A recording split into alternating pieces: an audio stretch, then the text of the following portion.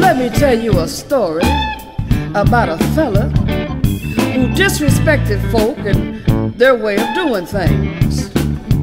City Slicker Bill. Well, now, Bill was a fella who gave no regard to legend and folklore. Being from the city, he thought he knew it all.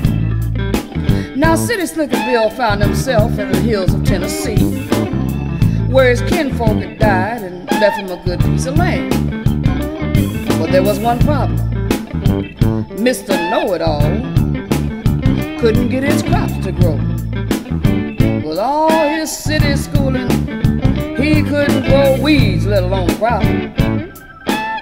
But over yonder was a great crop of corn and vegetables like Bill had never seen before. Now, Farmer Jake was known around these parts for always having the best growing crop. Well, Bill headed over to Jake's to find out how his crop grew so great. When he was headed off by his neighbor folk, and this is what they said: "Don't you go around messing where they tell you not to go. Don't you go poking your nose in where it don't belong. And if you listen and be real wise, I won't tell you that I told you so. And don't you bother Farmer Jake when he's digging up the road. When he's digging up the road."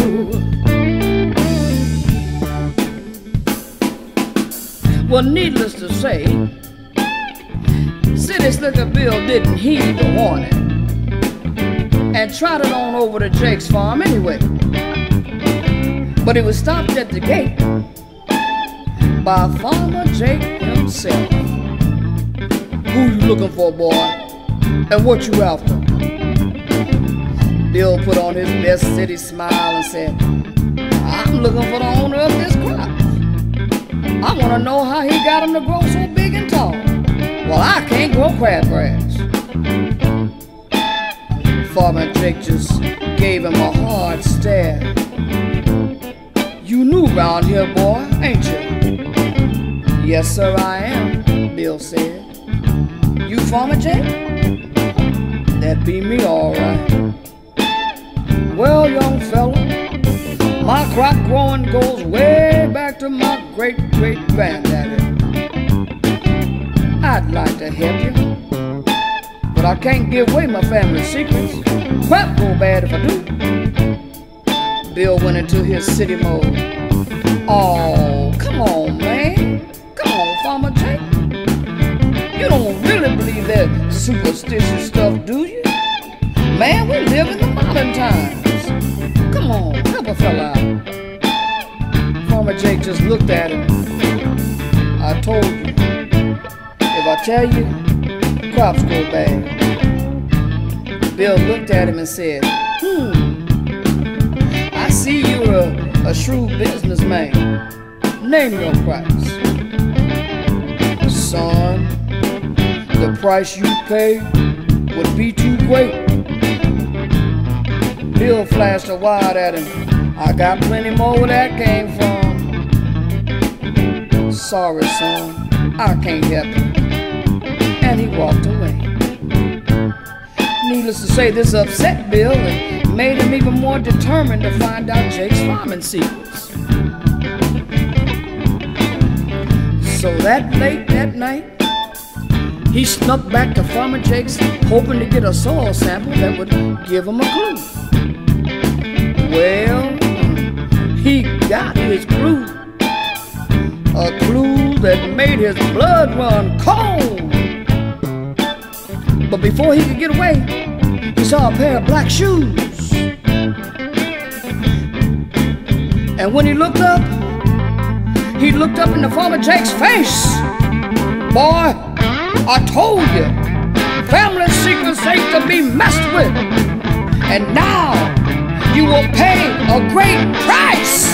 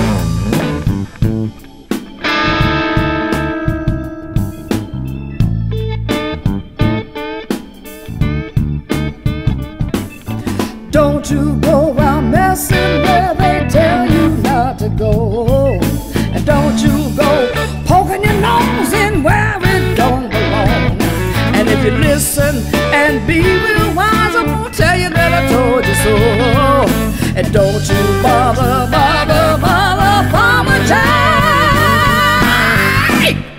when he's digging up the road. When he's digging up the road, sometimes leave well enough alone. Sometimes it's just better not to know.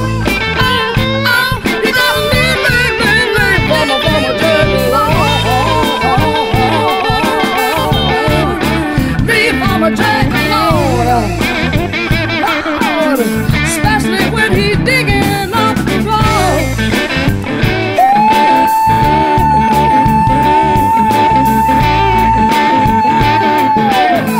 Oh, when he's digging up the road.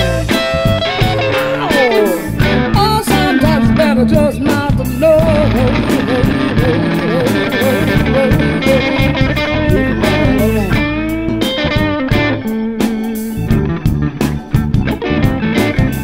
Now, the neighbor folk had heard Jake's trot the rev up and then settled down to a quiet that they were well familiar with.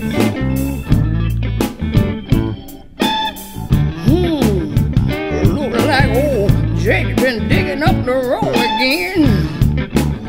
Yeah, I imagine he's gonna have a new crop. Oh, by the way,